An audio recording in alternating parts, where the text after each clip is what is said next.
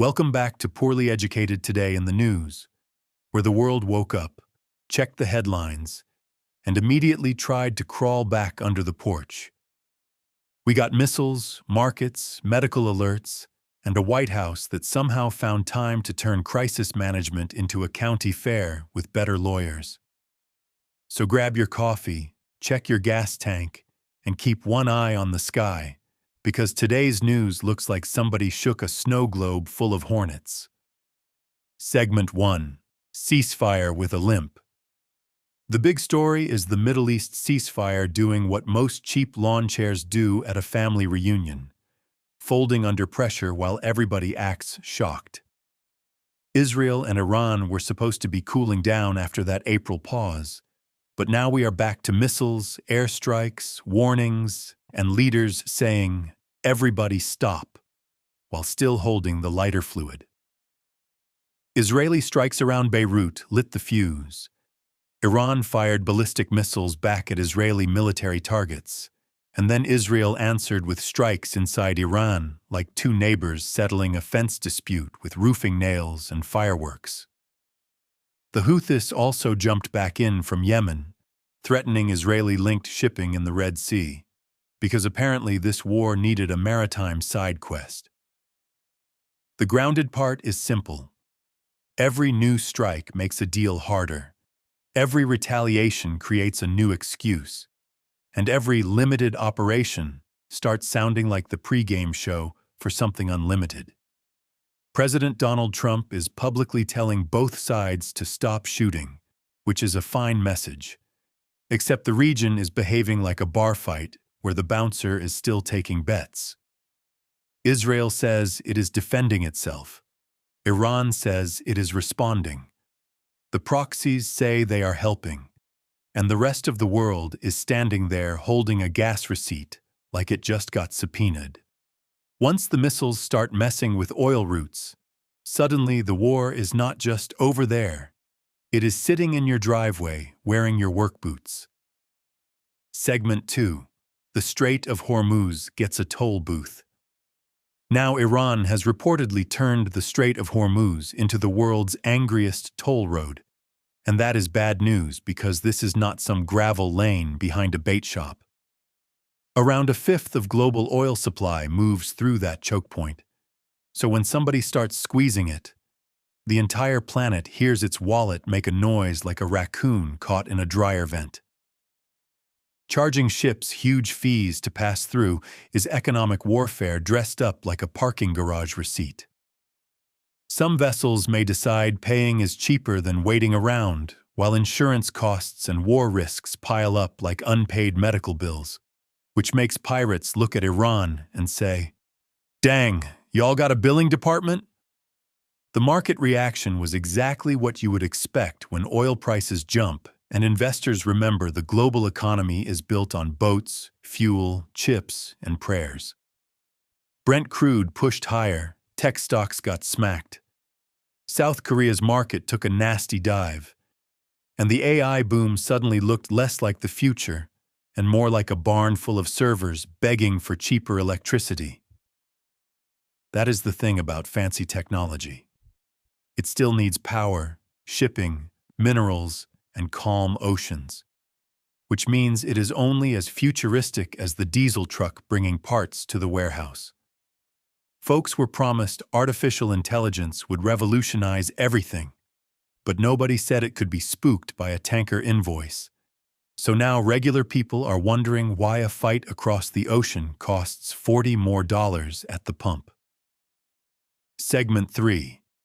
Allies with burner phones. While all that is happening, the U.S.-Israel relationship is looking less like best friends and more like two cousins fighting over the thermostat at Thanksgiving. Reports say the Pentagon raised serious counterintelligence concerns about Israeli spying, even warning U.S. officials to watch their phones, computers, hotel rooms, and probably the complimentary mints. That is a wild situation when the ally you share defense technology with is also being treated like somebody who might be listening through the mini-fridge. Israel denies it, the White House tries to smooth it over, And everybody says the partnership is strong with the same energy as a couple arguing in the Walmart parking lot.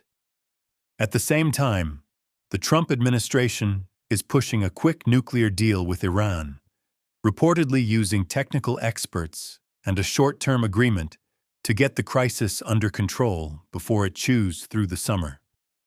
The idea is to reduce the nuclear risk, calm the missiles, and get the shipping lanes functioning before the economy starts coughing like an old tractor on bad gas.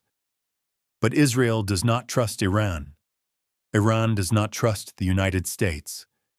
The United States does not fully trust Israel, and the whole negotiation looks like three men trying to assemble a trampoline during a thunderstorm. Diplomacy only works when the players believe restraint helps them more than escalation. And right now, everybody says they want peace while reaching for the drawer where they store the consequences. Segment 4. Washington brings a folding chair to a house fire. Back home, Washington is handling all this with the calm focus of a dog chasing 3 mail trucks at once. President Trump is arguing with the press, Congress is arguing over war powers, and lawmakers are split between support the mission and maybe the Constitution should not be used as a coaster. When the Middle East is on fire, the public needs a clear explanation of goals, limits, and costs, not another episode of Who Yelled at the Microphone. The war powers fight matters because if the United States is drifting toward deeper involvement, voters deserve more than patriotic fog machine language and a bill that arrives later. And because the news was not weird enough, there is also a lawsuit over a planned UFC-style spectacle on the White House grounds, which sounds like somebody dared government ethics to walk into a cage match. A giant fight event at the executive mansion during a global crisis is the kind of symbolism you could not write without a raccoon chewing on the keyboard. Supporters call it patriotic celebration. Critics call it commercialization, and normal people call it, why is there an octagon near the lawn while oil prices are doing jumping jacks? The issue is whether the presidency should look like a crisis desk or a pay-per-view lobby, because right now it feels like the fire department showed up selling nachos. Segment 5. The World Disorder Buffet. While governments are busy trying to stop wars, markets, toll roads, and political food fights, the planet has added disasters like it is ordering appetizers for the apocalypse. A major earthquake hit the southern Philippines and triggered tsunami warnings across the region, leaving damage, deaths, injuries, and another urgent demand for international response. At the same time, a dangerous Ebola outbreak in Central Africa is forcing health agencies to tighten travel screening and rush containment work in places already strained by conflict and poor infrastructure. Systems break faster when every emergency arrives at the same door, and you cannot send the same rescue truck to a war zone, a quake zone, a hospital outbreak, and a shipping crisis unless that truck is secretly magic.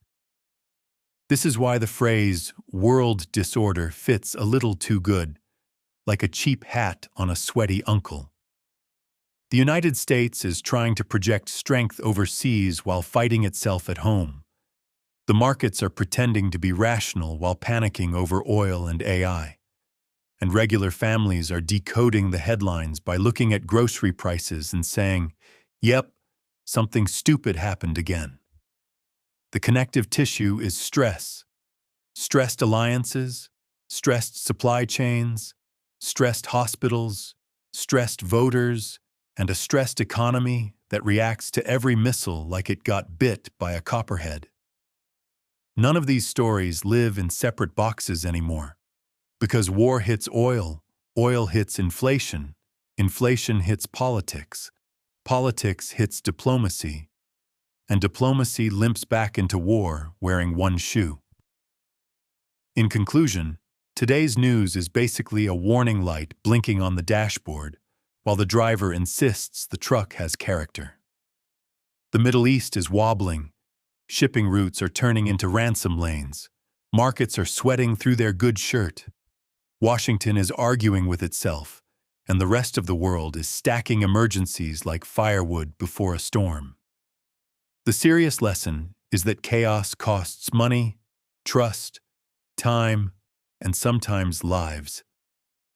The less serious lesson is that if the global order was a riding mower, somebody would have already sold it for parts on Facebook Marketplace.